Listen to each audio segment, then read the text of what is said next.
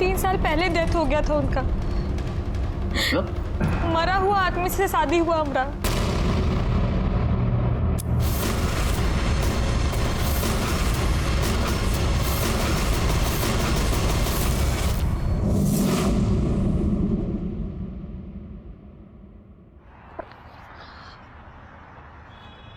लोग अपनी सरल जिंदगी को बहुत ही कॉम्प्लिकेटेड बना लेते हैं क्योंकि वो ज़रूरत से ज़्यादा अपनी ज़िंदगी से उम्मीद लगा लेते हैं। नमस्कार, मैं senior inspector Ranjeet Thakur, crime patrol Dastak में आपका स्वागत है। ये केस तब का है जब मैं बिहार के भागलपुर के नाथनगर पुलिस स्टेशन में पोस्टेड था। जब ये केस मेरे सामने आया तो मुझे ज़िंदगी का एक अलग ही पहलू देखने को मिला। अनैतिकता का ऐसा घिनौना खेल मैंने अपनी ज़िंदगी में पहले कभी नहीं देखा था। 3 साल पहले डेथ हो गया था उनका। मरा हुआ आदमी से शादी हुआ हमरा। बहुत विचित्र तरीका से हमरा शादी हुआ। मंगलम भगवान विष्णु मंगलम गरुड़ध्वजा मंगलम भगवान पुंडरीकाक्षाय मंगलाय तनोहरि। अब वधू वर को वरमाला पहनाएगी।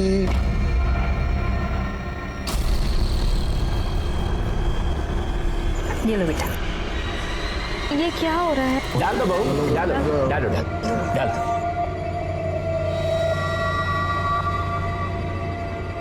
अब वर वधू को माला पहनाएगा। पहले आप लोग यहाँ पे स्पर्श कराइए, आप भी स्पर्श करिए। और विवाह संपन्न हुआ।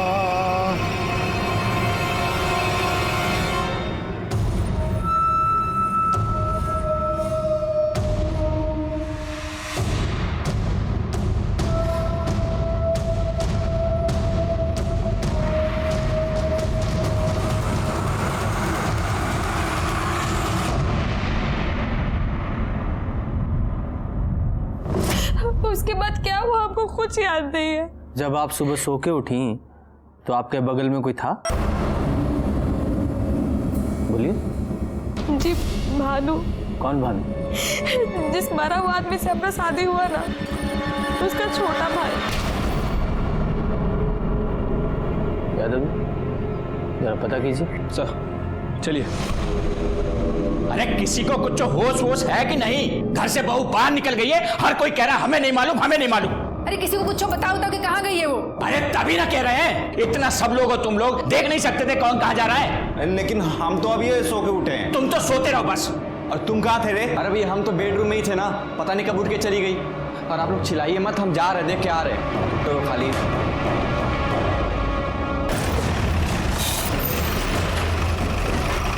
आइए साहब। पापा, पुलिस पुलिस कहा हुआ बहू? दरोगा जी, लड़की बोल रही है कि मरा हुआ आदमी से शादी करवाएं आप लोग इसका। मरा हुआ आदमी?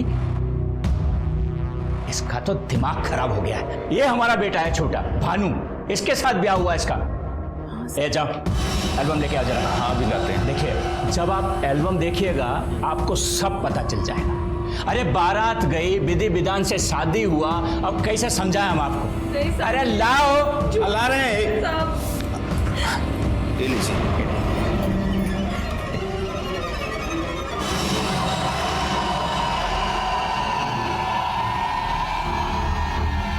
वो दिखाएं। साहब पगला गई है लड़की। भोरे भोरे बिना किसी को बताए पता नहीं कहाँ चली गई थी घर से। क्या है ये सब? वो जो लकड़ा खंभा को हम माला पहनाए थे वो। अरे बताए थे ना तुमको, ये घर का रिवाज है, ग्रह पीड़ा शांति के लिए सब करना पड़ता है। हाँ सर, पापा सही कह रहे बिल्कुल। इसकी शादी हमारे साथ ही हुई है। ठीक है, संभालिए अपनी बहू को।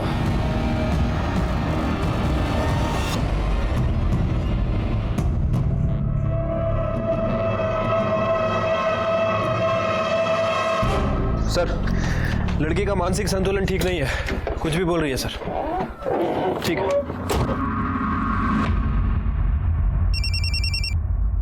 हेलो,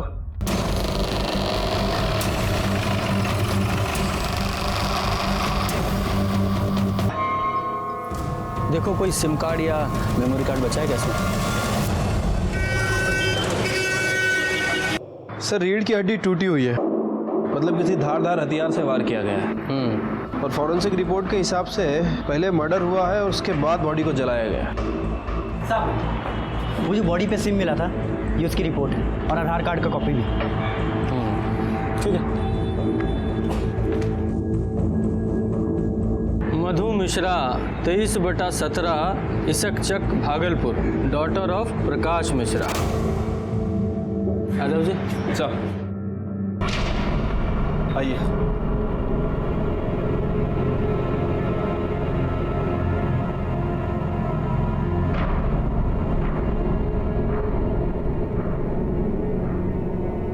एक मिनट रुकिए। देखिए सिर्फ कंकाल ही बचा है और बॉडी का पहचान सिम कार्ड से हुआ है। इसे पहचानते हैं आप दोनों? ये हमें बॉडी के पास मिला है।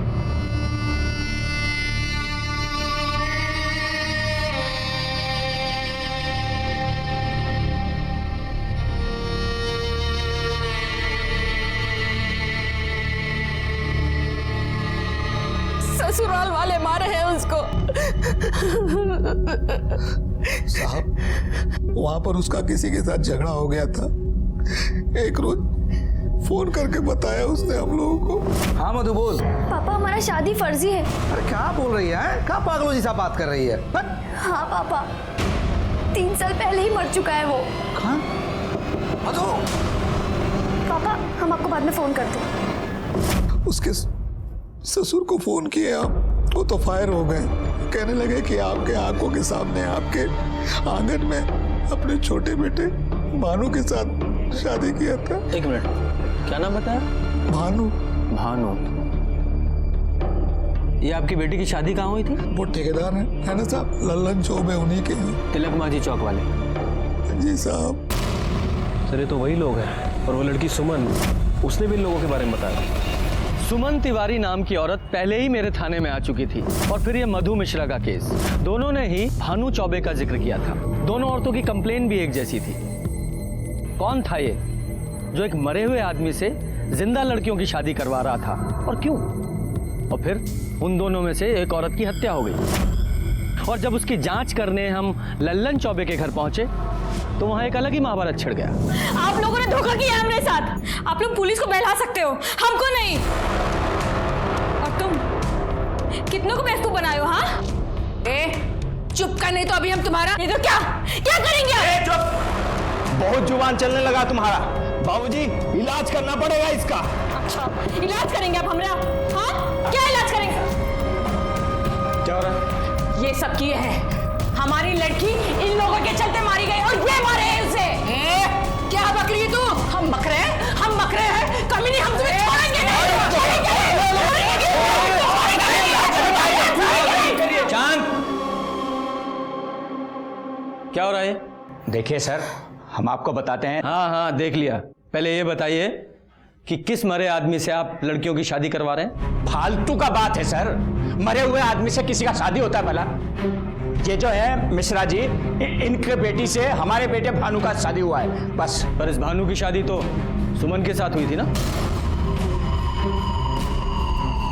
सुमन से पहले इससे शादी हुई थी, मिश्रा जी की बेटी से। हाँ सर, और इनकी बेटी शादी के दूसरे ही दिन भाग गई थी। ना ना सर, ऐसा कोनो बात नहीं है, ये एकदम झूठ बोल रहा है। अरे का झूठ बोल रहा है? अरे ये तो बताइए, हमारी बेटी का शादी किसके साथ हुआ है? काहे? तुम नहीं थी का मंडप में? हाँ, अरे तुम्हारे आंगन में तो भानु का शादी करवाए थे और तुम्हारे घर में आए थे ना बारात सजाते जाके, भूल गई क्या? और तुम्हारे घर से ही बहू को विदा करा के ले गए थे, याद है कुछो की नहीं? वो सब नाटक था, ड्रामा था। सच तो ये है, इन लोगों ने किसी मरे हुए आदमी के साथ हमारी बेटी का ब्याह किया है, उसे टॉर्चर किया है और जलाकर मार डाला उसे। टॉर्चर किया है इन लोगों ने। झूठ बोली ना कर तो मुंह नोच लेंगे। शांत, जाइए आप लोग, अपने घर जाइए। इन लोगों को छोड़िएगा मत, हमारी बेटी को जलाकर मार दिए हैं ये लोग।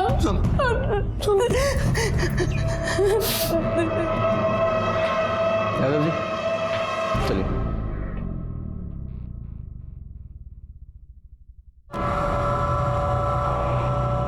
ये फोटो किसकी है? सर ये हमारे बड़के भैया थे, बद्री चौबे। 3 साल हुआ डेथ कर गए।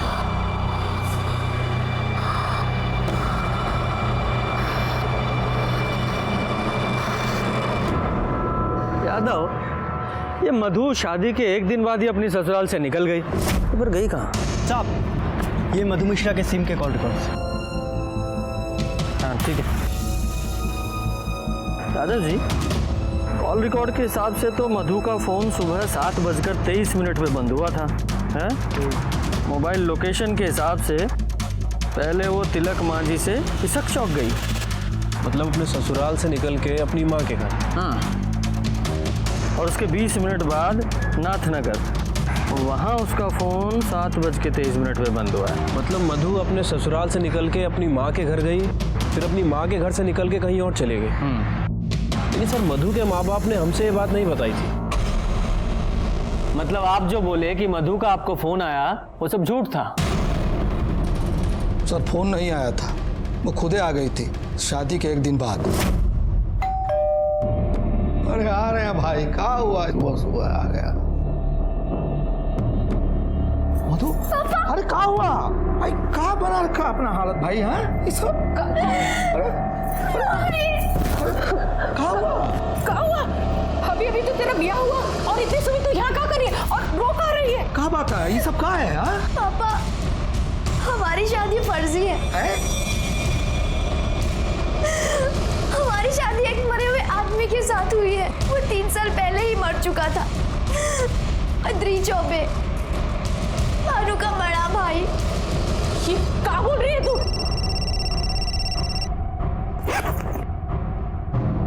हेलो, हाँ हम घर पहुंच चुके हैं, बस आते हैं। किसका फ़ोन था? वो राजेश राय, दोनों में दोस्ती थी ना। मतलब दोनों के अफेयर वाली बात सच है? अरे सर बोले ना, इसीलिए तो हम लोग किसी से कुछ बोले ही नहीं। एक तो गलत जगह ब्याह हो गया और ऊपर से बेटी का अफेयर। किससे लड़ते हैं? ससुराल वाले से। ये किससे FIR करते हैं सर? पीछा नहीं किया उसका? सर वो घर से बाहर निकली, हम भी उसके पीछे गए, लेकिन बाहर ऑटो खड़ा था, उस पर बैठ के वो निकल गई साहब। और उसके जाने के बाद आपने उससे कांटेक्ट करने की कोशिश नहीं की, और ना ही उसने आपसे? बहुत सोच समझ के उसका ब्याह तय किए थे, लेकिन हमको क्या मालूम था कि उसका अफेयर था। अफेयर हम नहीं जानते। हमारी बेटी के साथ उसके ससुराल में बहुत अत्याचार हुआ है, नहीं तो काहे भागती वो वहां से?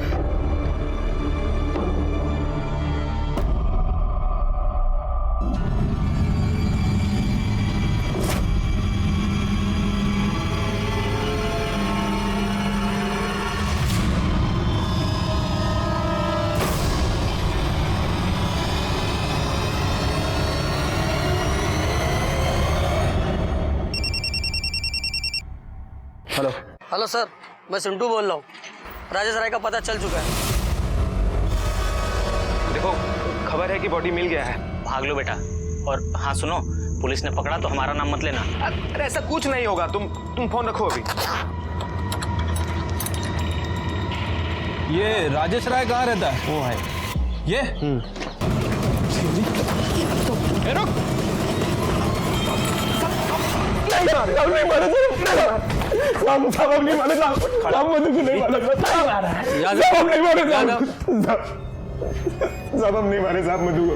शादी के 1 दिन बाद ही वो भाग के तुम्हारे पास चली आई थी, उसके बाद से वो गायब। सब आई थी साहब, और सब हम मारे नहीं उसको साहब। सब 3 साल से लव करते थे साहब उसको। जबरदस्ती शादी फिक्स कर दिया साहब उसका। वो तो सुसाइड तक का सोच रही थी साहब। तो हम बोले कि मिलो हमसे। फिर सर शादी के 1 रोज पहले हमसे आके मिली। राजेश प्लीज कुछ करो, हम नहीं रह सकते तुम्हारे बिना। घबरा काहे रही हो? देखो, हमारे पास एक ऑप्शन है। हाँ? क्या? हम यहाँ से कलकत्ता निकल चलते हैं। कब? तुम हमको 1 दिन का टाइम दो, ठीक है? तो टिकट निकालना पड़ेगा और कुछ पैसे का भी जुगाड़ करना पड़ेगा ना। लेकिन कैसे हो सकता है? 8 बजे शादी है ना, हम 7 बजे तुम्हारे घर के पीछे वाली रोड पे तुम्हारा वेट करेंगे। तुम निकल आना, फिर वहाँ से स्टेशन और स्टेशन से कलकत्ता।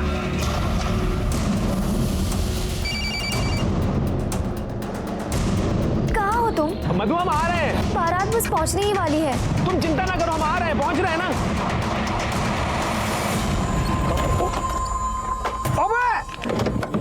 भैया गलती हो गया, देखिए कहाँ है? अंदर आएगा। अरे जल्दबाजी में थे, देखिए गलती हो गया। आपका जो भी नुकसान होगा उसकी भरपाई हम कर देंगे। आप हमारा एड्रेस और फोन नंबर लिख लीजिए। अबे इतना मारेंगे ना कि मार मार के कनपट्टी लाल कर देंगे। चल चल 10,000 रुपये निकाल चल। अरे 10,000 किस बात का? 200 रुपए का मटका आता है, हम दे देंगे ना। बोल रहे हैं 200 रुपए में ठीक होता है। अरे हम बोल रहे हैं यार, हमसे 10,000 रुपए निकाल के जाना देखिए। हमको कहीं पहुंचना है, देखिए बहुत बड़ा इमरजेंसी है, हमको जाना है, इंतजार कर रहा है। अरे वो कर देंगे सारा भरपाई। अरे मेकअप हुआ कि नहीं? बहुत ही प्यारी लग रही है, नजर ना लगे। अरे जल्दी करो भाई सब लोग, हैं दरवाजे पर बारात लगने वाला। तुम चलो उसे सजने दो। चलो चलो जल्दी ले आओ उसे। आ जाओ आओ। चलो।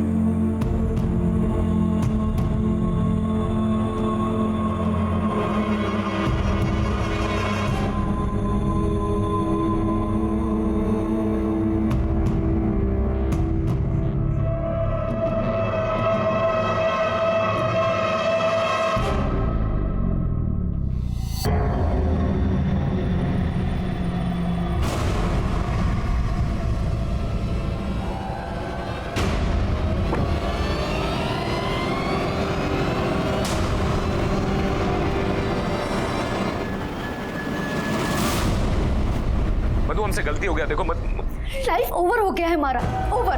तुमने हमें धोखा दिया और यहाँ भी हमारे साथ धोखा हुआ है। मधु देखो तुम रो मत मधु, हम है ना, हम सब संभाल लेंगे मधु, हम है ना, हम आ रहे हैं।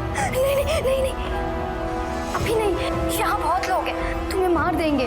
हाँ तो मधु मेरी बात सुनो, देखो वो जो नाथनगर वाला पानी का टंकी है ना, तुम सुबह 6 बजे वहां आ जाना, हम पहुंच जाएंगे। दुल्हन, ओ दुल्हन,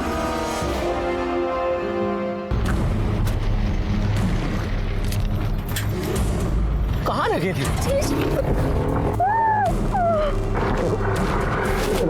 रो मत। तुम आए क्यों नहीं? देखो यकीन करो, हमारा एक्सीडेंट हो गया था। हमारा शादी फर्जी हुआ है। फर्जी मतलब? जिससे हमारा शादी हुआ है वो पहले से ही मरा हुआ है। मतलब शादी हुआ ही नहीं तुम्हारा? पर राजेश, रात में कुछ हुआ हमारे साथ।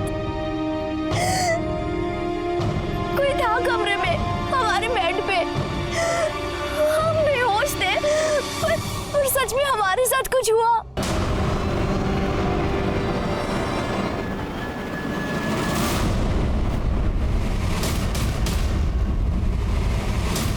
राजेश, तुम लौट जाओ। राजेश क्यों?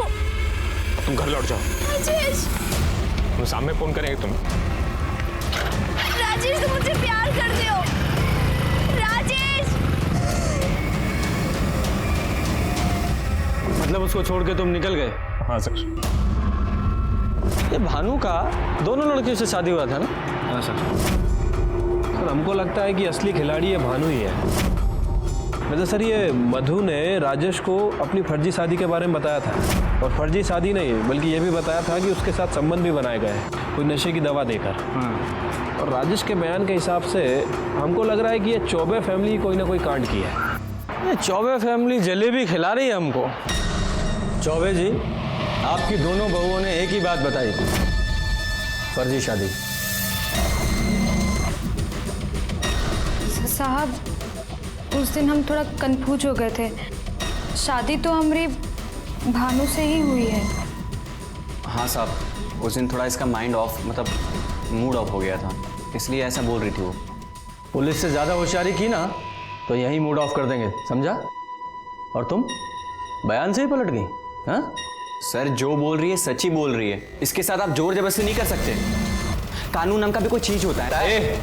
आवाज नीचे, पुलिस को कानून बताओगे? जादव जी,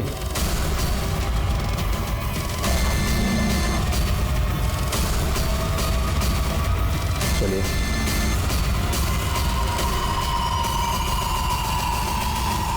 यादव जी, इस भानु के ना कॉल रिकॉर्ड्स निकलवाइए। ये जरूर कोई ना कोई कांड करके बैठा है। अच्छी खासी पोस्ट ऑफिस की नौकरी थी, उसका इंटरव्यू देने नहीं गए तुम? कौन सा भूत सवार हुआ है तुम पे ये बिजनेस करने का? और वैसे भी तुम्हें बिजनेस का कौन सा अनुभव है बताइए? हम बाद में बात करते हैं तुमसे आके। हाँ, छोटे भाई को बिजनेस का भूत सवार हुआ है। अब तुम ये मत बोलना कि वो सही बोल रहा है। हाँ, क्या लेकर आए? सर आपका शक सही था। जिस दिन मधु का मर्डर हुआ उस दिन भानु की फोन की लोकेशन इशक चक का था। तिलक मांझी से इशक चक, यानी कि भानु लड़की का पीछा कर रहा था। यादव जी, इस भानु को अरेस्ट करो, इससे पहले कुछ और कर दे। ठीक है सर, एक मिनट। हेलो, क्या? एक काम कीजिए, फॉरेंसिक को भेजिए, हम लोग आ रहे हैं। यादव जी, फॉरेंसिक किस लिए? सर वो चौबे जी के घर चलना होगा, तिलक मांझी।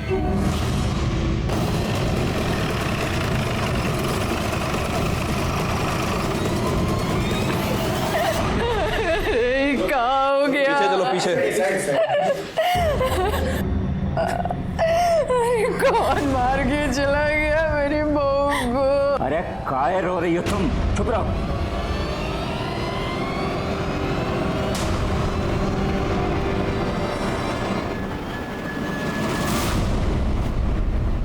बॉडी सबसे पहले किसने देखी? हमने देखा था, वो यहाँ कोयला लेने आए थे तो दिखे। अरे साहब, घर में थी सुबह, एकदम अच्छी खासी थी, पता नहीं आग करने आई और कौन मार गया।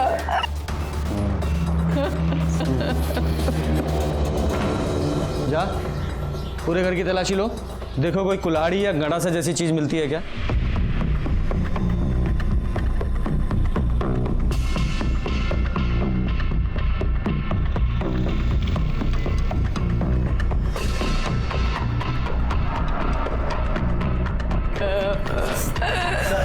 ये मिला है। कहाँ मिला ये? सर पीछे छज्जे पे रखा हुआ था। हाँ, क्या है ये? हम नहीं जानते साहब, हमने किसी को नहीं मारा। और तुम्हारा वो दूसरा बेटा भानु कहाँ है वो?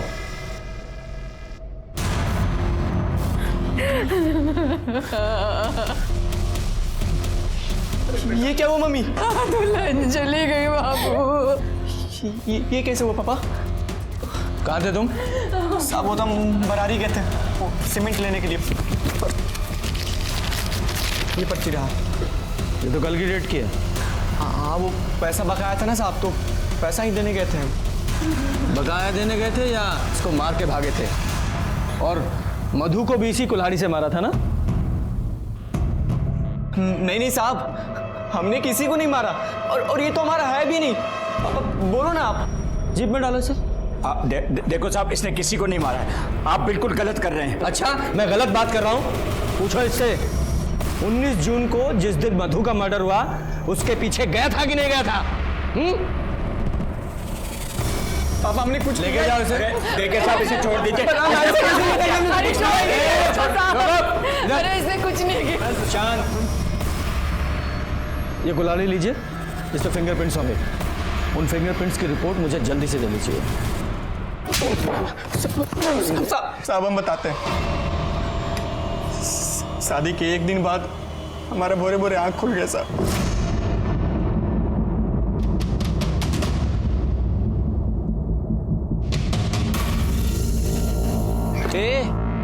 क्या चल रहा है? हाँ, कहाँ भाग गई वहां से? क्यों? तुम नहीं जानते? बाप बेटे मिलके धोखा दिए हमें, अब हमें वहां नहीं रहना। ए पगला गई होगा, नहीं रहना है हमको। अरे शादी हुआ है हमारा तुम्हारा। तुमसे नहीं, तुम्हारे मरे हुए भाई के साथ। इसका मतलब तुम अपने घर लौट गए और वो अपने घर? हाँ जी सर। इतना खातिरदारी करेंगे ना तबीयत हरा हो जाएगा। सच बोल। साहब हम सच ही बोल रहे हैं साहब, झूठ नहीं बोल रहे। जैसे अभी तक सच बोल रहे थे। दो फर्जी शादी किए और दोनों का मर्डर। सही सही बताओगे कि रिमांड पे ले? अब हमने किसी का मर्डर नहीं किया है। हाँ बाबूजी, ये कहने पे हमने शादी की, फर्जी शादी। मतलब? मधु और सुमन ठीक ही कह रही थी। उसका ब्याह हमारे बड़े भैया से हुआ था साहब। पर वो तो 3 साल पहले ही मर गया था ना? हाँ साहब, 3 साल पहले बद्रे पे बीमार पड़ गए थे, तभी उनका डेथ हो गया साहब। उस समय हम लोगों का ठेकेदारी का बिजनेस भी सब फेल हो रहा था। अम्मा को एक बार हार्ट अटैक भी आ चुका था। फिर हमारे प्रोहित जी ने बोला बिन ब्याह मरा है वो। कौन? किसका बात कर रहे हैं पंडित जी? तुम्हारा बेटा बद्री, कलेश है उसकी आत्मा में, मुक्ति नहीं मिल रहा है उसको, और उसी का कोप पूरे परिवार को खा रहा है। क्या करें पंडित जी? करना क्या है, ब्याह कराओ उसका। पगला गए क्या पंडित जी? मरे हुए आदमी का ब्याह होता है, होता है। कैसे? हमारे माँ बाप बद्री भैया के लिए लड़की भी ढूंढने लगे। ये सब हमारे नाम से हो रहा था। मैंने नाम और चेहरा हमारा। चौबे जी, हमने तो मधु से पहले ही कह दिया था कि शादी से पहले अपनी पढ़ाई उड़ाई पूरी कर लो। बेटा चाय दो सबको। फिर बारात चढ़ा और विधि विधान से हमारा और मधु का शादी भी हुआ। फिर शादी के बाद मधु को घर लेकर आए तो पंडित जी ने ओम सहना भवतु सहना भवतु सवीरम कर्मा भवतु तेजस्विना वदितमस्तु मा विदुषा भय। ओम शांति शांति। जजमान, गठबंधन का वक्त हो चुका है, गठबंधन करिए।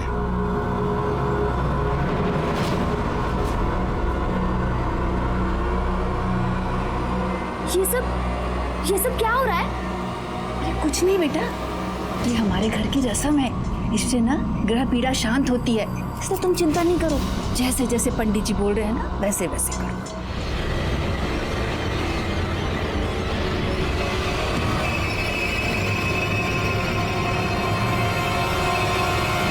फिर एक दिन बाद मधु घर से भाग गई। मधु के जाने के बाद पंडित जी के बोलने पर हम लोगों ने फिर से दूसरी लड़की देखनी शुरू कर दी और इस बार हम लोग एक गरीब घर की लड़की फाइनल की सर।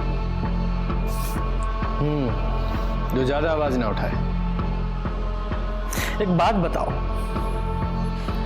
तुम लड़की के साथ सुहागरात मनाए कि नहीं? वो दरअसल हमें लड़की के बॉयफ्रेंड ने बयान दिया है कि तुम लड़की के साथ फिजिकल हुए थे। हमें नहीं मालूम साहब। अच्छा, तुमको मालूम ही नहीं है कि तुम लड़की के साथ सोए थे या नहीं? हमें उस कमरे तक जाने ही नहीं देते थे, बस सुबह सुबह भेज दिया जाता था हमें।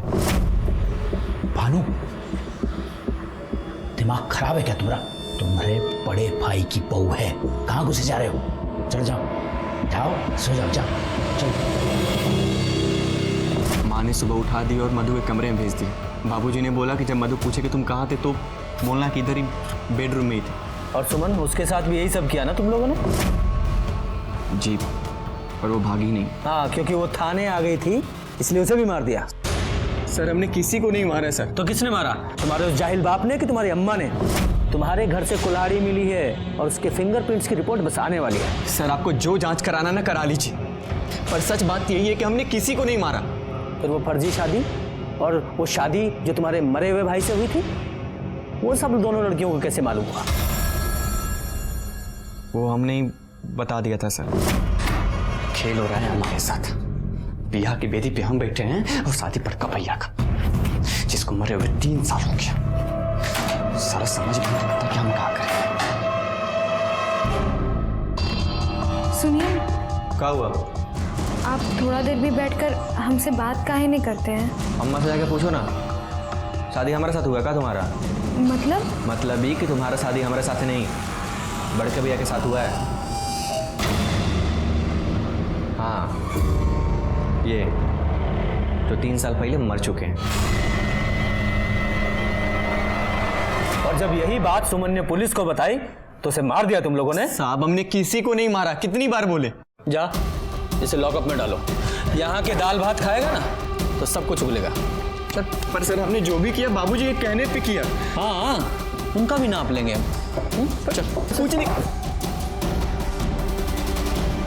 हम पुलिस वाले अच्छे से समझ रहे थे कि ये लल्लन चौबे फैमिली कोई दूध की धुली नहीं है, और इस केस का भेद खुला भी जब इस केस का मास्टरमाइंड पंडित मुन्नीलाल ओझा सामने आया।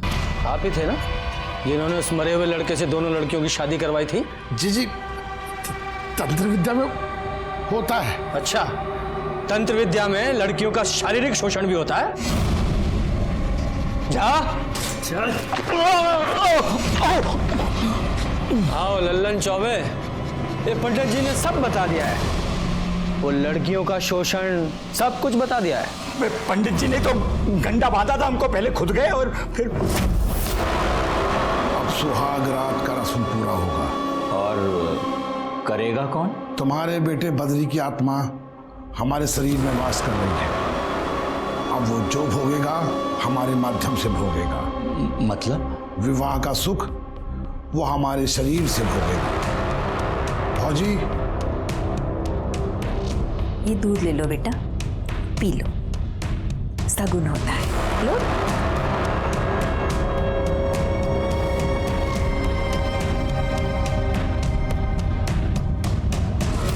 बस नहीं, पूरा पी लो बेटा, सगुन होता है ना, पूरा पी लो।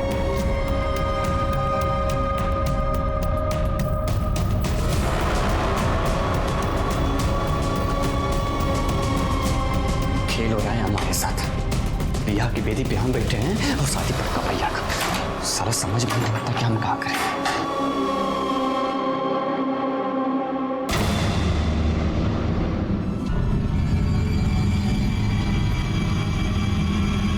अब आप लोग बाहर जाइए।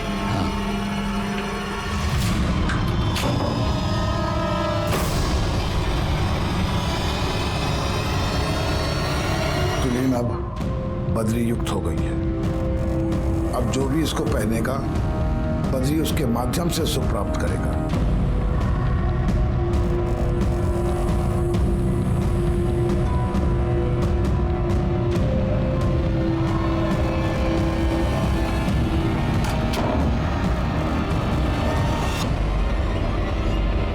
तो और किस किस को गंडा बांधा था? यादव जी जरा बुलवाइए इनसे। नहीं बोलोगे? विकास को तो हम ही दिए थे डंडा। और कौन कौन था? गांव में है 2-4 लोग और भी। और सुमन के साथ भी?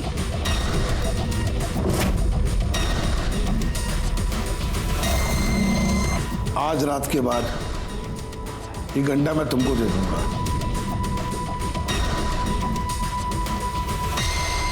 नौने आदमी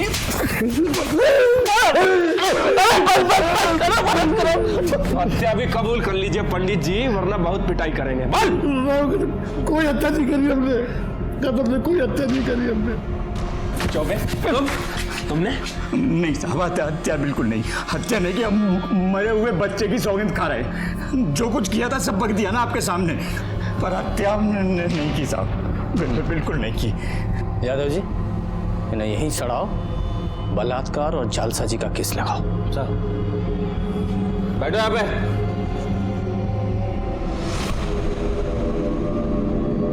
सर कुल्हाड़ी का फॉरेंसिक रिपोर्ट आ गया है, किसी का भी फिंगरप्रिंट नहीं है।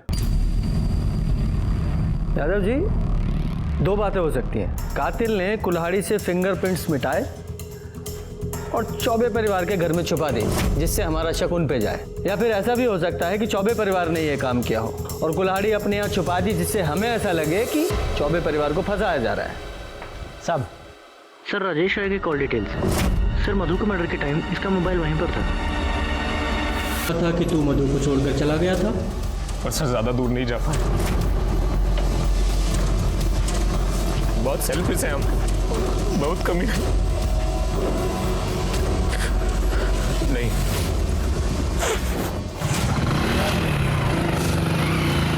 कितनी देर बाद वापस आए? सर 5 मिनट में आया तो मधु मधु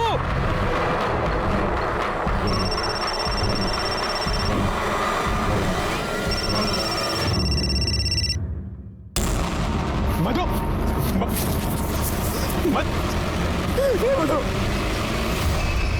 मधु ये क्या? हमसे बात करो मधु, ये क्या? सर ये सब हमारे चलते हुआ साहब।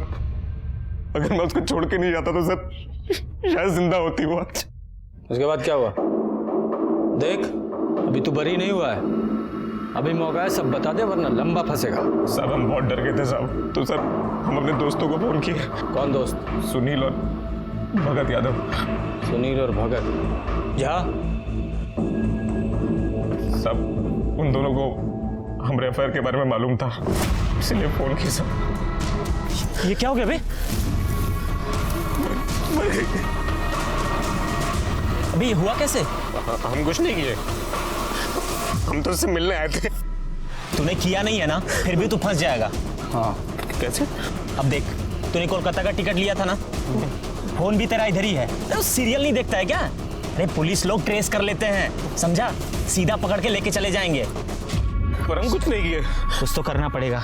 एक काम कर सकते हैं, सबूत मिटाओ। कैसे? मेरे पास एक तरकीब है।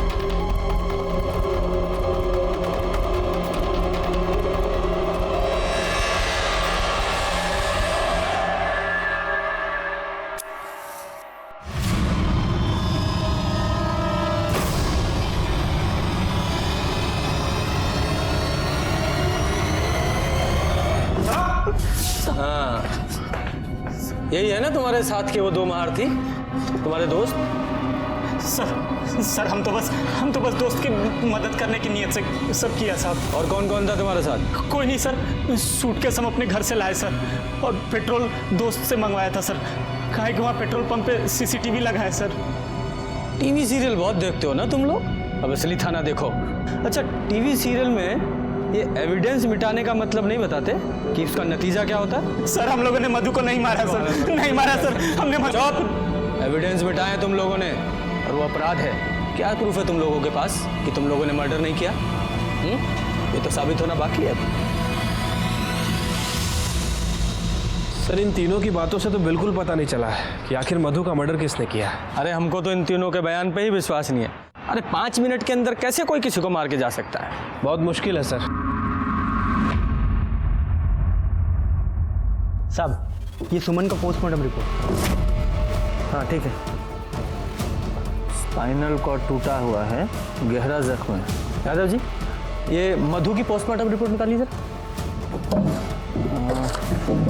ले लीजिए सर। ये देखिए, ठीक वैसा ही गहरा जख्म का साइज भी 5 से 5.5 इंच के बीच। यादव जी, ये तो कंफर्म है कि दोनों लड़कियों को एक ही आदमी ने मारा है। क्या कर रही है पुलिस? हाँ, हमारे बेटे के हत्यारे को अब तक क्यों नहीं पकड़ा? कौन शोर मचा रहा है? देखो सर। हम ऊपर तक जाएंगे, मीडिया को बुलाएंगे, हम छोड़ेंगे नहीं किसी को। देखना क्या हुआ है? क्या हुआ? क्या हुआ हमारे बेटे के केस का? हाँ, कहाँ है हत्यारे लोग? फांसी पे चढ़ा दीजिए उन चौबे और उसके परिवार वालों को। हत्यारे कहीं के पापी लोग हैं वो लोग। छोड़ना नहीं किसी को, हम कह रहे हैं आपको। अरे तुम यहाँ क्या कर रहे हो? अरे पुलिस अपना काम करे। चलो घर चलते हैं। माफ कीजिएगा साहब, क्या है ना कि बेटी के कारण थोड़ा सा परेशान है। चलो पुलिस अपना काम करेगी। हमारे बेटे के हत्यारे को छोड़ना नहीं। हाँ, पता चल जाएगा। हम किसी को नहीं छोड़ेंगे हमारे बेटे के हत्यारे को।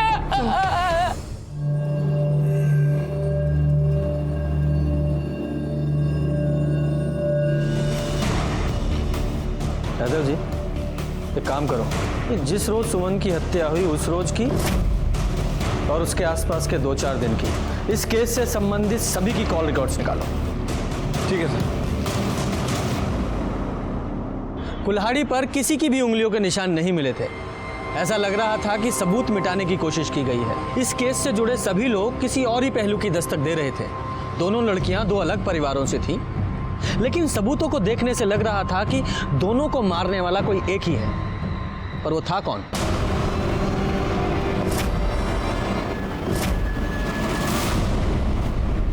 शाह साहब, आप लोगों से कितनी बार कहा है एक गिलास हमेशा पानी से भरा होना चाहिए। अगर आप लोगों से नहीं होता एक जग ला के रख दो, मैं खुद ही भर लिया करूंगा। हाँ, जाइए। सर सभी के फ़ोन रिकॉर्ड्स चेक किए, लेकिन किसी के फ़ोन रिकॉर्ड्स में कुछ मिला नहीं है। लेकिन सर ये प्रकाश के फ़ोन रिकॉर्ड्स में कुछ अजीब दिख रहा है।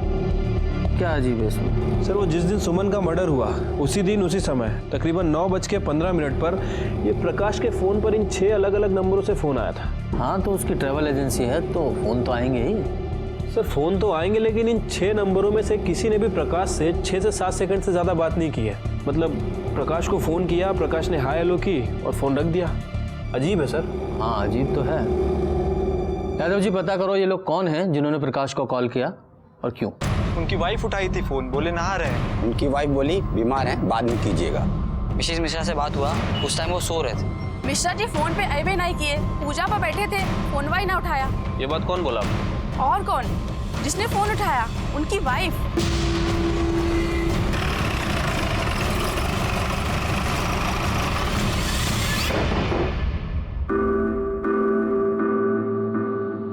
मिश्रा जी कहाँ है? बुलाइए जरा। क्या बात है, वो मार्केट गए हैं। अच्छा, जैसे 14 अगस्त को गए थे? मतलब मैं समझी नहीं। यादव जी, ये देखिए, ये आपके पति के कॉल रिकॉर्ड्स की डिटेल है। 14 अगस्त को सुबह 9:15 बजे के आसपास आपके पति के मोबाइल पर 6 अलग अलग लोगों के कॉल आए थे जो आपने उठाए थे। एक बार वो बीमार थे, दूसरी बार स्नान करने गए थे, फिर वो पूजा कर रहे थे और भी कई चीजें। कैसे कर लेते हैं आपके पति इतना सब कुछ एक साथ? बोलिए। वो हम कह दिए ना, हमें याद नहीं है। अच्छा, तो आपको याद नहीं है तो थाना ले चलते हैं आपको, तब याद आ जाएगा। संगीता, बैठाओ ना जी, चलिए आइए। नहीं, छोड़िए। अरे चलिए। हमने कुछ नहीं किया। हम बताते हैं। हम बोले थे इनको ये सब मत करो। अरे कहाँ जा रही हो? से मिलने जा रहे हैं हम। रुक। मतलब ये हुआ कि अभी ससुराल से भाग के आई है, अब फिर दोबारा मुंह में करिखा पोतने के लिए बाहर जा रही हैं? हमने अपना मुंह काला नहीं किया, आप लोगों ने हमारा मुंह काला किया। आप लोगों की इज्जत बचाने के लिए हमने अपनी खुशी की बलि चढ़ा दी। लेकिन अब बस, अब ना हम किसी के बारे में नहीं सोचेंगे, अब हम अपने बारे में सोचेंगे। मधु, मधु, कौन? आप रहने दीजिए, हम बात करते हैं उससे। मधु, अरे चुप रहो तुम, सर पे चढ़ा के रखा है इसको, हैं? पूरे गांव में इज्जत चली जाएगी हमारी। चुप रहो तुम। मधु, दरवाजा खोल मधु। अरे मधु, मेरी बात मत सुन। अरे मेरी बात तो सुन। अरे नहीं रहना हमें। मधु, बेटा सुनो तो मेरी बात। मधु,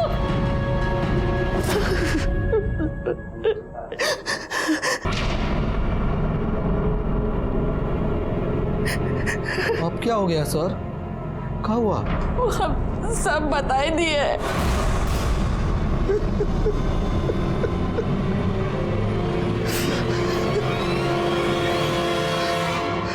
सर, हम उस दिन मधु के पीछे गए थे और राजेश, तुम लौट जाओ। राजेश,